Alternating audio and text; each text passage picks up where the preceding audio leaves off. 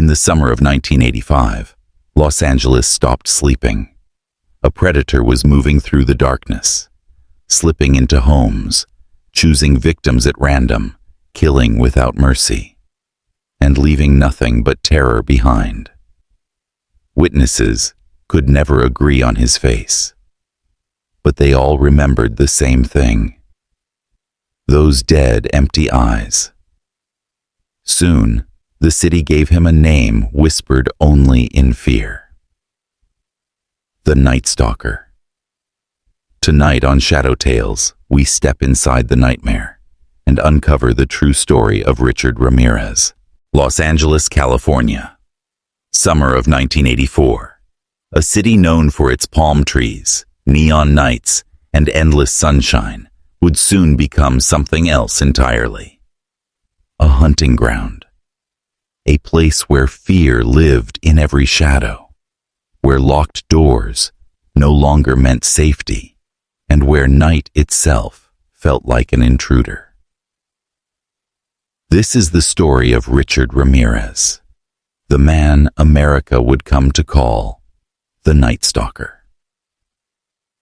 But before the name became infamous, before the newspapers printed it in bold red letters, there was only a trail of unexplained terror, and a city too stunned to believe that one man could do so much damage in so little time.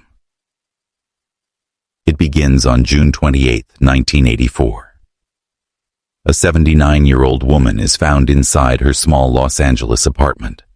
Her body shows signs of a brutal attack, the kind the public would never hear, described in full. Police officers respond quietly, almost mechanically, believing it to be an isolated tragedy, another crime in another neighborhood where danger was just part of the routine. No one knew it was only the beginning. Less than a year later, the crimes escalated. A couple attacked in their home. A young girl abducted from her bedroom. A man shot in his car on a warm LA night. Different victims, different neighborhoods, different methods. No pattern, and no mercy. Detectives struggled. Investigators whispered. Communities panicked. Who was this man? His footprints didn't match any known suspect. His fingerprints weren't in the system, and his attacks seemed almost random. Any age, any gender, any background. The only true pattern was night. He came when the city slept, when the streets were quiet and windows were left cracked open to escape the summer heat. Residents began triple-checking their locks. Hardware stores sold out of deadbolts. Security bars went up on windows across the county. Parents told their children to stay away from the dark. Fear was now living rent-free in Los Angeles. And every time the sun set, it grew stronger. But the killer wasn't just a shadow. He left something behind. Something detectives didn't fully understand at first. Symbols, whispers of Satanism, scribbled messages, and a chilling pattern of behavior that suggested this wasn't just a man, but someone who believed he was backed by something darker. The media didn't have a name for him yet, but the people who survived his attacks described the same haunting features: tall, thin, wild, unwashed hair, a cold stare that made you feel like he was looking into your thoughts, and teeth so decayed they looked almost unreal. But those details didn't help the police yet. Los Angeles was massive. Millions of faces, millions of shadows, and the Night Stalker blended into all of them. By March 1985, detectives realized what they were dealing with. This wasn't a typical killer. This wasn't a man who targeted one type of victim. This was someone who enjoyed chaos, who thrived on unpredictability, someone who wanted the city to feel unsafe everywhere. And in just a few months, he would become the most feared name in California's history. Los Angeles, March 1985.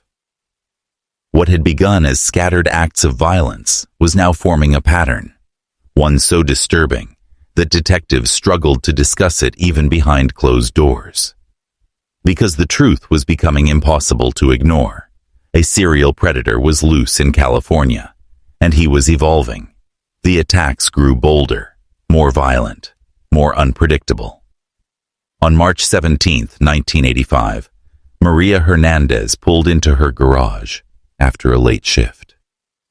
She didn't know that a dark figure had followed her home, moving silently, watching, waiting. The moment she stepped out of her car, he struck, a gun raised, a flash of light, a single deafening shot.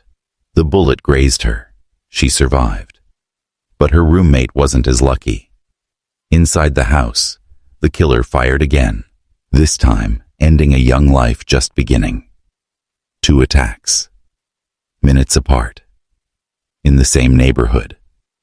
And the killer wasn't done. That same night, a third woman was found, murdered in her apartment. The brutality was unlike anything investigators had seen in years. The scene was chaotic, violent, almost ritualistic. Officers whispered to each other, some refusing to step too close to the body. To them, it felt like evil had taken physical form. The newspapers caught fire with the story. Headlines screamed of a killer with no pattern, a threat to every home in Los Angeles. Talk radio stations filled with callers staying awake at night, clutching baseball bats and kitchen knives. Fear was no longer just an emotion, it was a habit. Detectives Frank Salerno and Gil Carrillo, men who had worked some of the hardest cases in LA's history, were assigned to lead the investigation. They had seen monsters before, but nothing like this. The killer's methods were confusing. Sometimes he shot his victims. Sometimes he used knives. Sometimes he used whatever he could find inside the home. He attacked the wealthy, the poor couples, elderly women, children. It didn't matter. His only rule was no rules. But then, clues began to emerge. Small ones, barely noticeable, but real. A footprint, a rare avia sneaker print, left in the mud beneath a window. A bullet casing that matched a previous crime. A pattern of entry through unlocked doors and open windows, as if the killer believed the night belonged to him. And then, something darker. Some of the crime scenes included strange markings, symbols, words scrawled in haste, whispers of satanic influence. Detectives didn't say it publicly. No one wanted a moral panic. But privately, they wondered if the killer believed he was on some kind of twisted mission. The media didn't know his name yet, but rumors spread fast. He's a demon. He marks houses. He's already picked his next victim. Residents became prisoners in their own homes. Hardware stores couldn't keep locks in stock. People put bars on their windows, alarms on their doors, weapons under their beds. One thing was clear. Los Angeles was under siege. And the killer was nowhere close to being finished. Every few nights, police radios crackled with new reports, new victims, new terror. And somewhere in the darkness, he watched the news coverage. He listened to the panic. He smiled. For Richard Ramirez, fear wasn't a side effect. It was the goal. As the city spiraled deeper into terror, one haunting question settled over LA like a fog. How do you stop a man who believes the devil protects him? Los Angeles, spring of 1985. By now, investigators had accepted an uncomfortable truth. They were hunting a single man responsible for an ever-growing chain of terror. But identifying him was proving nearly impossible, because he didn't behave like any serial killer they had ever studied. A signature is what profilers rely on, something unique, consistent, predictable. But this killer, he broke every pattern, defied every rule. He was chaos wearing human skin. The footprint that shouldn't have mattered. But did, at one crime scene. Detectives found a footprint in the flower bed outside a window. At another, the same track, deep, angled, as though the killer walked with deliberate speed. Size 11, 1 puff. Avia sneakers, black, a rare model. It was the first real thread connecting the attacks. Detective Gil Carrillo spread the photos across a conference table. The tread patterns aligned perfectly, almost too perfectly. "This is him," Carrillo whispered. "This is our guy." But even with the footprint, they had no face.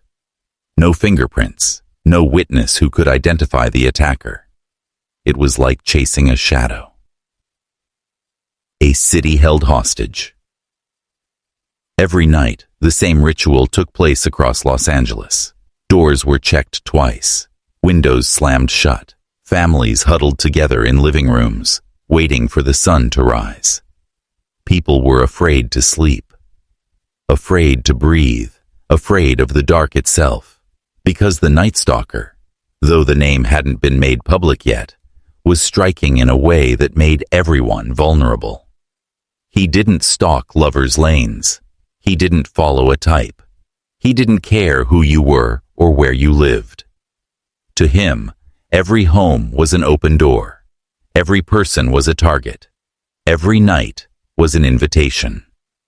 An escalation no one expected. Crime scenes became increasingly violent. Victims were beaten with objects found inside the home: lamps, tools, vases, anything within arm's reach. Sometimes he used firearms, other times knives from the kitchen drawer. He didn't clean up after himself. He didn't hide his tracks. He didn't plan his exits. It was as if he believed he couldn't be caught. And perhaps more disturbingly, that he didn't care if he was. Detectives noticed a disturbing evolution. Some crime scenes included strange markings drawn on walls, pentagrams, satanic references, words that made hardened officers shudder. This wasn't just violence. This was ritual. The witness who survived one night, a teenage boy, survived an attack by hiding under his bed until the intruder left. Shaking, barely able to breathe, he told detectives he had dead eyes, like he was already gone, like he enjoyed it. Another survivor described him as thin, unwashed, with bad teeth and a strange rotten smell, like he hadn't eaten in days, she whispered. Fragmented descriptions, inconsistent in detail, but they all had one thing in common. He looked like he belonged to the night. The unsettling pattern behind the chaos. While the killer seemed random, one detail stood out. He always entered through unlocked windows, unlatched doors, or garage side entrances left open. It was almost symbolic, as if his victims had invited him in. And then detectives noticed something else. At several homes, the lights had been switched off at the breaker box before the attacker entered. This wasn't pure chaos. There was a pattern emerging, and it chilled investigators to their core, because it proved something they didn't want to admit. The Night Stalker was learning, improving, evolving. As LA spiraled deeper into fear, and as the killer grew more confident, a haunting realization began to sink in. What if this man wasn't just attacking homes, but feeding on the fear that followed? Los Angeles, June 1985. By now, the city had changed. People didn't walk the same, didn't breathe the same, didn't sleep the same. Fear wasn't an emotion anymore. It was a presence, a living thing crawling through neighborhoods, clinging to curtains, settling into the cracks beneath every window. And at the center of that fear stood a man whose name no one yet knew. The Night Stalker, a predator, growing bolder. What terrified investigators the most wasn't the violence. It was the confidence. Detectives noticed that each attack was becoming more brazen, Victims lived closer together. Break-ins occurred earlier in the night. Crime scenes were left with fewer attempts at concealment, as if the killer believed he was unstoppable. One detective said, "Other criminals run from danger. He runs toward it." When police increased patrols in one neighborhood, the killer simply shifted his hunting ground a few miles away, as if he was studying the movements of the officers tasked with catching him. This was no mindless drifter. This was a predator learning its prey. A city under siege. Media outlets, desperate for ratings, began hinting at a serial phantom haunting Los Angeles. Rumors spread faster than facts. Every noise at night became a threat. Every shadow became a silhouette. Every stranger looked like the killer. Home security businesses made record profits. Hardware stores sold out of locks and floodlights. One resident told reporters, "It feels like the devil himself is walking through our streets." And that wasn't far from how investigators felt. Because the killings weren't just brutal. They were personal. He didn't kill quickly. He didn't kill quietly. He lingered. He observed. He took his time. And then, he left victims with a parting message, whispered words no survivor ever forgot, words that made detectives fear this man might be chasing something more than violence. He wanted power. He wanted terror. The first clear eyewitness. It happened on a scorching night in Monterey Park. A woman returned home from a late shift and saw a man walking calmly down her street. At first, nothing seemed unusual, until she noticed his eyes. Wide, black, glassy, empty. She watched him for only a few seconds, but it was enough. Later, in her police statement, she said, "It wasn't the face I remembered. It was the feeling. He looked at me like I wasn't human." Her description, shaky and terrified, was the closest investigators had come to a real profile.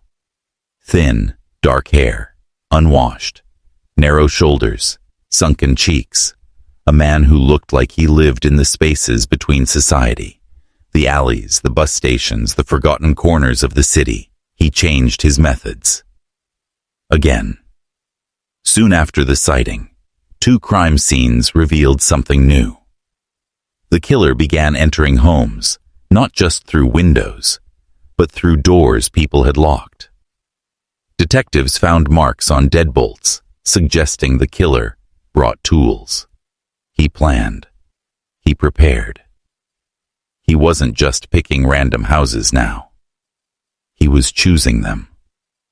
One officer whispered to another at a crime scene, "He's getting comfortable." Comfortable, confident, careless, and that made him even more dangerous, because killers become reckless before they become caught. But in that window, that sliver of time, they become the most violent. Detectives ask themselves a question no one wants to say out loud. As the attacks mounted, a dreadful thought began to echo inside the LAPD. What if he's not slowing down? What if he's warming up?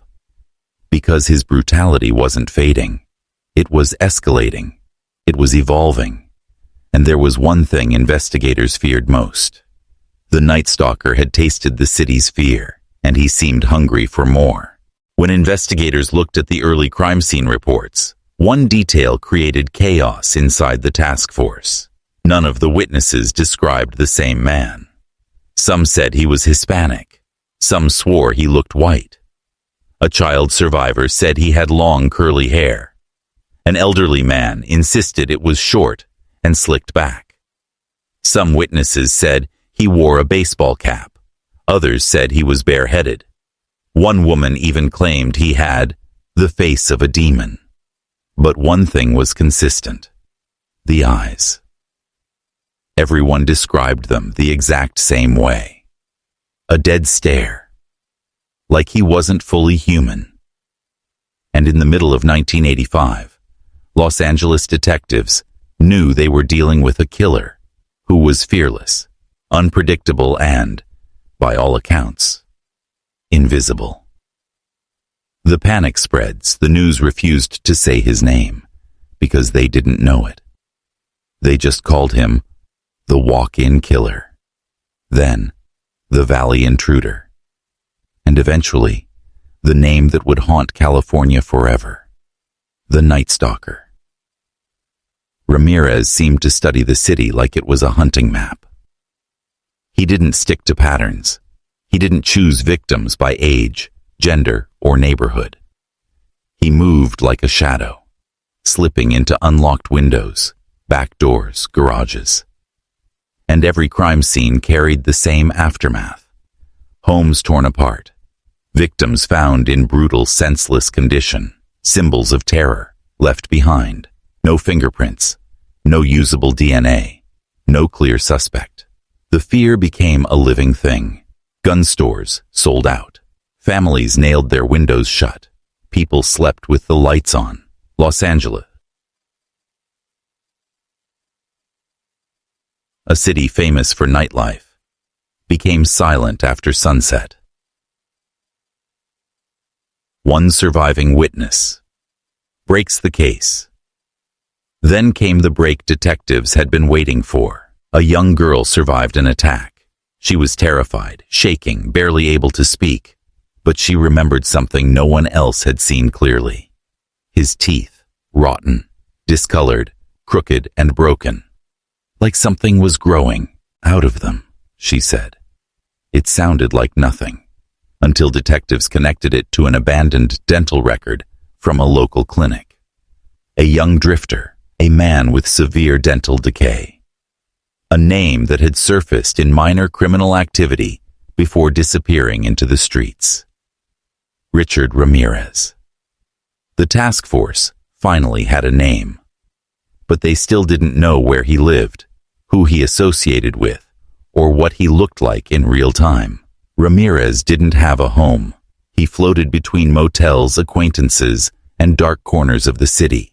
Tracking him was like chasing a ghost. The police go public. When the composite sketch was finally ready, LAPD debated for hours before releasing it. Some warned, he'll bolt. He'll kill again faster. He'll blend in and disappear. But Los Angeles was already on the edge of collapse. The public needed a face. When the sketch hit newspapers and TV screens, everything changed. For the first time, the Night Stalker wasn't a myth. He wasn't a shadow. He wasn't a rumor. He was a man with unmistakable eyes and a face burned into the city's collective fear. But detectives wondered, now that the Night Stalker knew they were coming, would he run? Or would he become even more dangerous? When the Night Stalker's face finally hit the public, Los Angeles didn't breathe a sigh of relief. It held its breath, because everyone knew. A predator is most dangerous when he knows he's being hunted. The city reacts. The composite sketch spread like wildfire. It was taped to storefront windows, stamped on newspapers, left on breakfast tables, displayed on televisions in dim, exhausted living rooms. For months, the Night Stalker had been a phantom. Now he had a face. Sharp cheekbones, tangled hair, hollow eyes that seemed to stare through the viewer. The reaction was immediate. Residents flooded the police with calls. I think I saw him. He looks like my neighbor. There's a man outside who matches the description. Most tips went nowhere. But the sudden exposure did something more powerful than detective work. It cornered Richard Ramirez. Ramirez didn't stay in one place. He drifted like smoke, from buses to motels to stolen cars. But once his face was public, the smoke began to thicken. He knew the city was turning against him. He fled Los Angeles, not out of fear, but instinct. He moved north, bouncing between small towns, stealing cars, breaking into homes for supplies. But something had changed. Before, Ramirez moved like a conqueror. Now, He moved like prey. He stopped wearing his baseball caps, stopped walking the streets in daylight, stopped loitering around bus stations where his eyes made people uneasy. Everywhere he looked, he saw the sketch. On newspaper stands, on TV screens in diners, on the walls of post offices. And worst of all, people were starting to look back at him with recognition. The fatal mistake. Then came the moment that sealed his fate.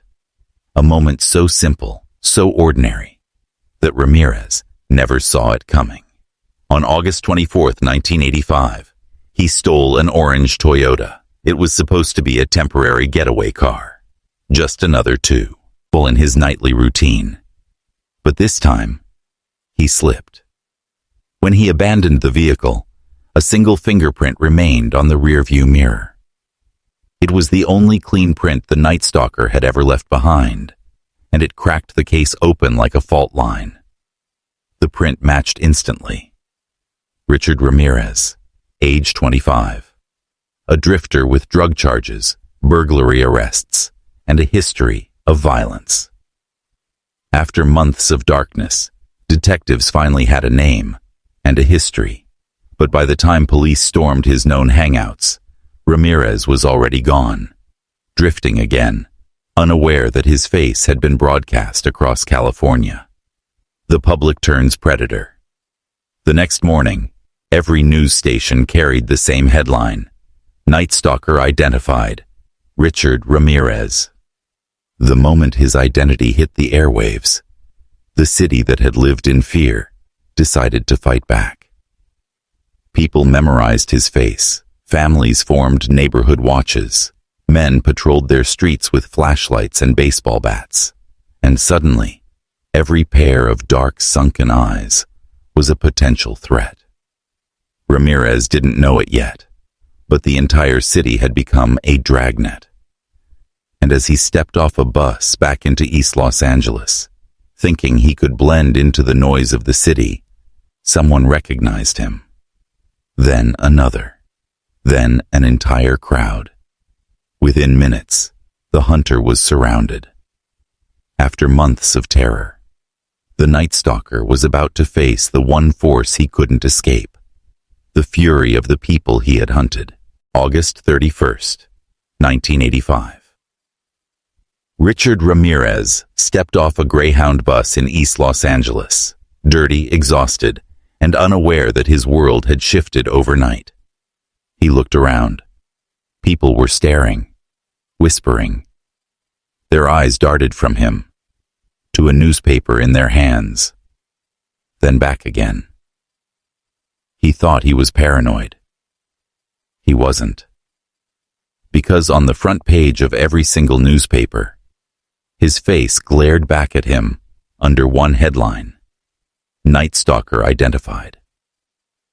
The city he had terrorized for months had finally learned the name of its nightmare. Ramirez froze. For the first time since the killings began, the hunter felt fear. Recognition turns to panic. He darted out of the station, walking fast, heart hammering. He tried to disappear into the neighborhood, the same dusty streets where he once felt invisible. But it was too late. A woman loading groceries stopped mid-motion. Her eyes widened. Her voice trembled as she shouted, "Oh my God, that's him! That's the Night Stalker!" People turned. Within seconds, the entire street was staring at him. The hollow cheeks, the disheveled hair, the dead black eyes from every news broadcast. Ramirez broke into a run. The neighborhood fights back. He sprinted through alleys, jumped fences, pushed past vendors and children.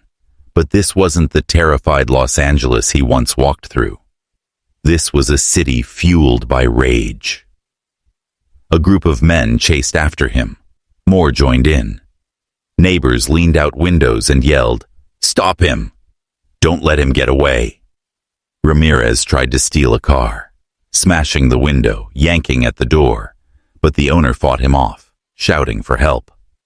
After months of slipping through the shadows had turned against him. The crowd closed in. A man swung a metal pipe. Another used a fence post.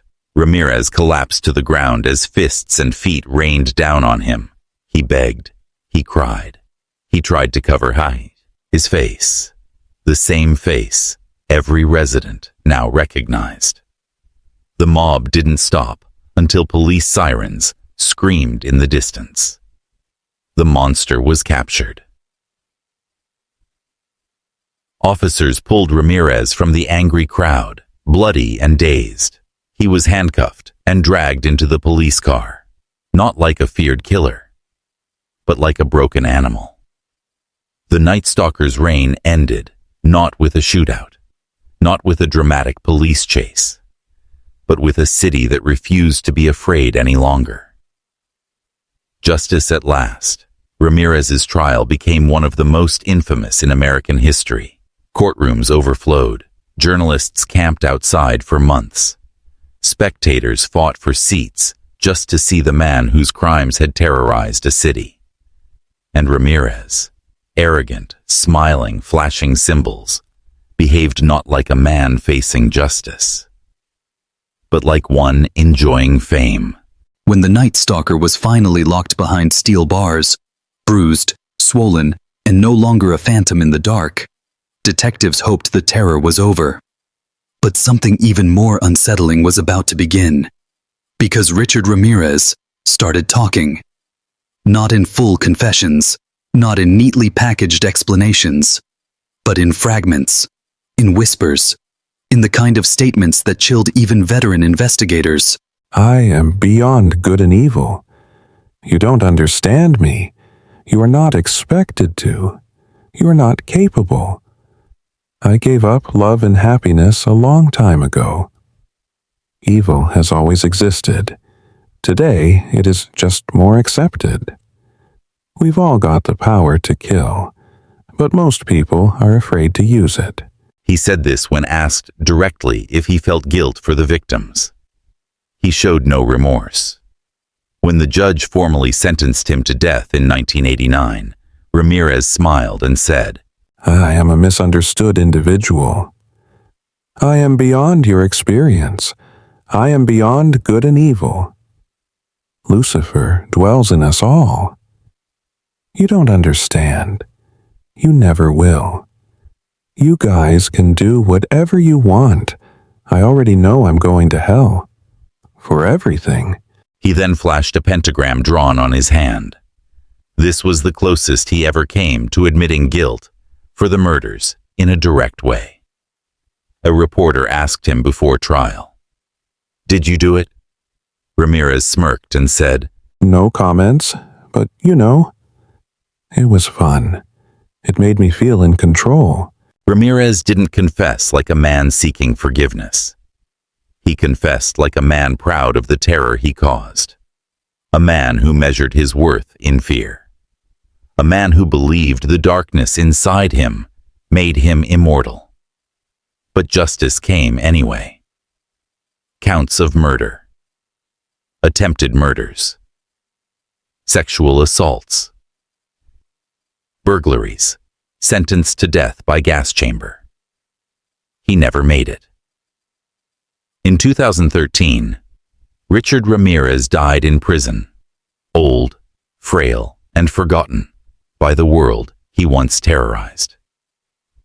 Richard Ramirez believed he was a creature of the night, untouchable, unstoppable. But in the end, it wasn't the police who brought him down. It was the people he hunted. And maybe that's the real story of the Night Stalker. Not the monster who walked in darkness, but the city that refused to let that darkness win. If you found this journey through one of America's darkest chapters gripping, subscribe to Shadow Tales for more true crime stories, mysteries, and hidden horrors from around the world. Until next time, stay safe. Stay aware. And remember, monsters don't always hide under the bed. Sometimes, they walk among us.